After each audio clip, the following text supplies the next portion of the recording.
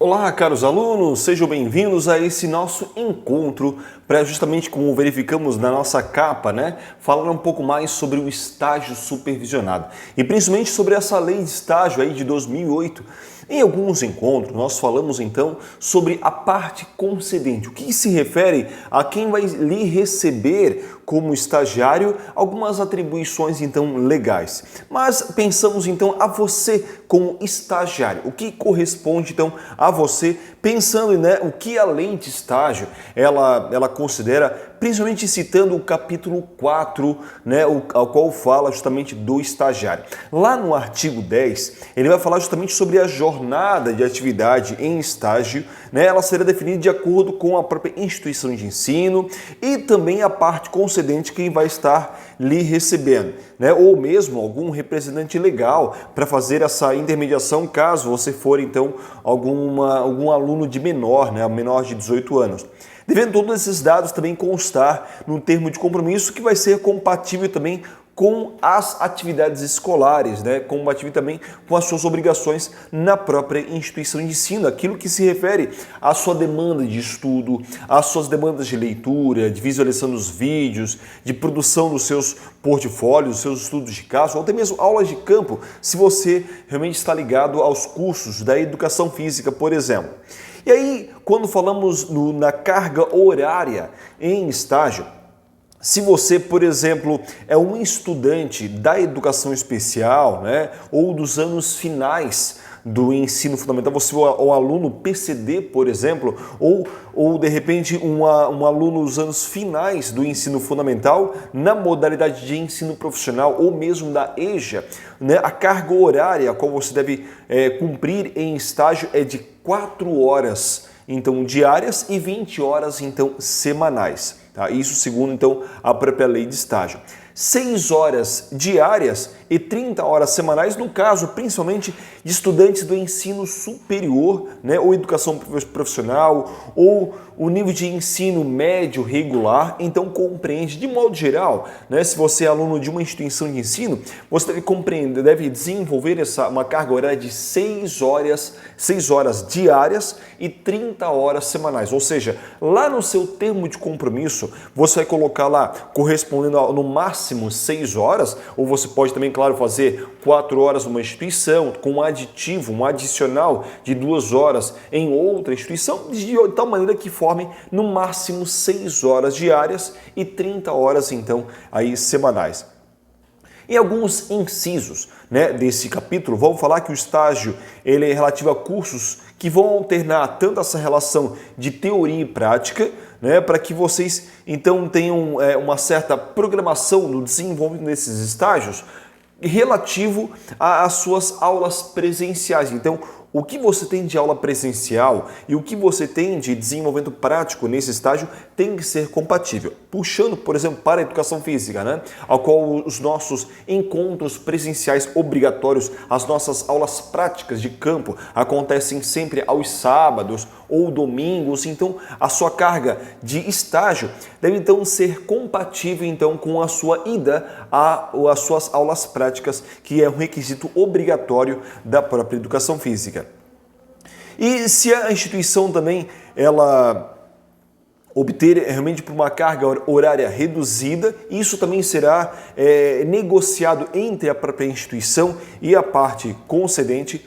A duração, isso chama bastante a atenção de vocês, a duração do estágio, na mesma parte concedente, não poderá exceder, então, 2 anos, exceto quando se tratar de um estagiário portador de deficiência. Aqui ainda, em 2008, nós tínhamos esse termo, portador de deficiência. Recentemente, nós temos então o termo pessoa com deficiência, PCD. Tá certo?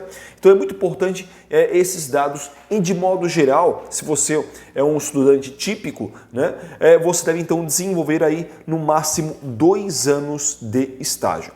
Então o estagiário também poderá receber uma bolsa, ou de uma forma de contraprestação que venha a ser acordada, sendo compulsória a sua concessão, um tipo de auxílio transporte, caso realmente ser acordado com a própria instituição. Ou seja, no estágio, seja ele principalmente estágios não obrigatórios, você recebe então uma bolsa auxílio, né? É um auxílio realmente para que você fique naqueles 6 meses, 1 ano, no máximo 2 anos, naquele estágio, e também você pode vir a receber também um vale transporte.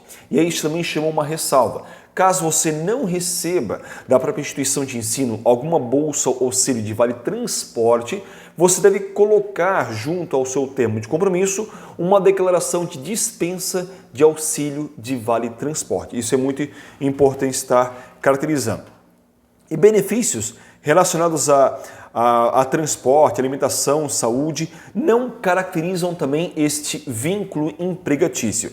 Também não poderá o educando inscrever-se e contribuir como segurado facultativo de regime de previdência social, ou seja, melhor, reforçando, o educando em si, na área, ele pode, a parte do seu estágio, estar contribuindo de forma facultativa, ou seja, optativa, ele pode ou não realmente contribuir com a sua previdência social.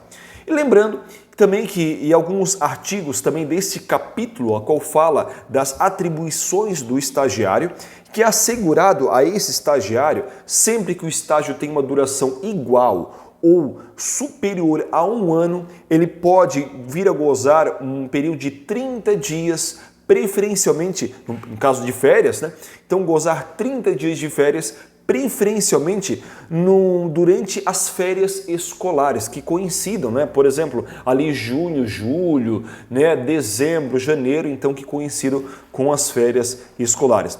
O recesso, melhor dizendo, de que trata este artigo, deverá ser remunerado quando o estagiário receber bolsa ou outra forma de contraprestação, ou seja, essas férias que esse estagiário estará se afastando, né, da própria empresa em férias, então deverá sim também ser remunerado. Os dias de recesso previsto nesse artigo serão concedidos de maneiras proporcional, né, igual ou inferior a 1 ano. Ou seja, um estágio que é igual ou inferior a 1 ano, aí também as férias são proporcionais nesse caso. E para finalizar, né, aplica-se ao estagiário a legislação relacionada tanto à saúde e também à segurança no trabalho, sendo a sua implementação de responsabilidade da parte concedente do estágio.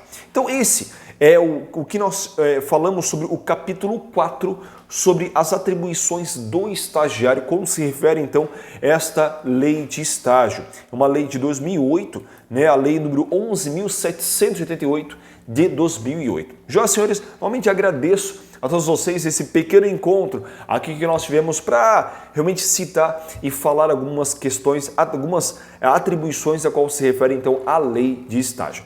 Encerro com vocês aqui no YouTube e continuo com vocês aqui no próprio Google Meet.